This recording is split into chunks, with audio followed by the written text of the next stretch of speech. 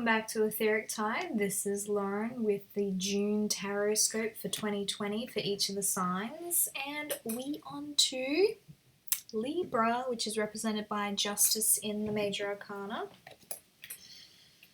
About that balance. Alright. What do we have for Libra? Sun, Moon, Rising for June 2020. What's coming up? What are some of the energies that we're going to be dealing with that they need to know about so they can grow, transform? Oh. Hanged Man. Now this is the let's wait and see. Let's sit back and be patient and reconsider and mull things over and not take any action. I think that's probably what we should be taking from it, is there's no need to take any action yet. Let's see what this is about. Why aren't we taking any action? Oh. There's somebody that we're waiting on to, they're telling me like to get their shit together. You're waiting on somebody else to kind of get their shit together emotionally. So clearly we're going into a bit of a love reading here. Alright. I mean, it could also be a water sign, but doesn't have to be. I think with tarot cards, like sometimes if you like have an abundance of a particular suit, sometimes it can represent, but we're doing this for the collective, so could be anybody. But I do know that you're waiting for somebody to figure something out before they come to you. That's what it feels like. Yeah. Alright. So up until now, this person has felt really defensive, and I think that you're kind of over this back and forth that this friend or this look, I'm even going to say this is a family member. It can apply to other energies and other connections. But I'm feeling for the most of you that are going to be viewing this, it's actually a family member. It's a family member that doesn't have very good boundaries and expects you to make up for the things that are not right within themselves. I think that it doesn't matter how old someone is, we still hold on to a lot of the like hurts and trauma from childhood. We are still wrestling with fear of abandonment and fear of loss, and guilt and shame come up for us all the time, and it stays with us if we don't work it out.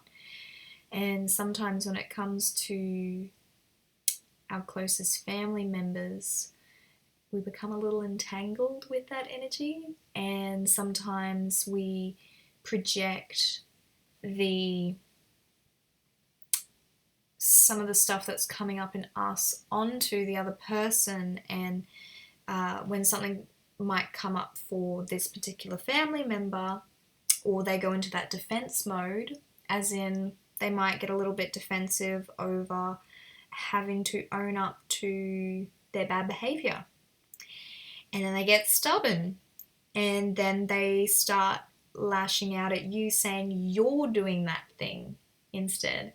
So it's, look, I'd like you to know that they're not actually doing this on purpose, that they aren't trying to hurt you necessarily.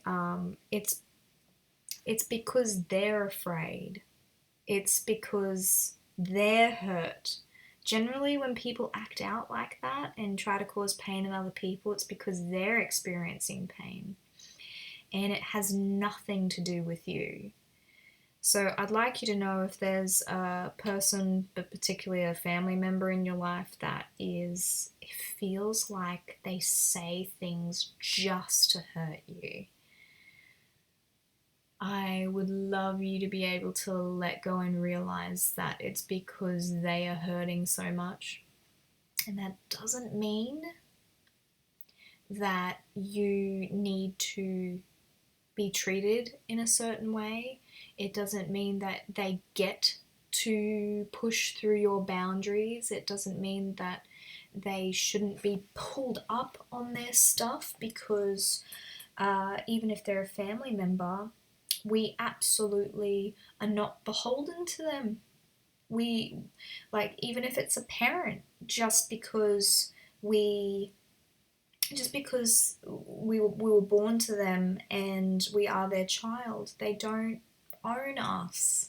We don't own anybody, and we don't owe any specific person. I mean, everyone has different traditions and personal beliefs, but I think we can all agree that we don't own another person, and we don't rely on another person to make us happy, whether it's a family member or a lover or a friend or an acquaintance, a co-worker. Nobody owns us, and nobody should put pressure on us to make them feel like their life is worthwhile, and to entertain them and make them feel better and soothe them.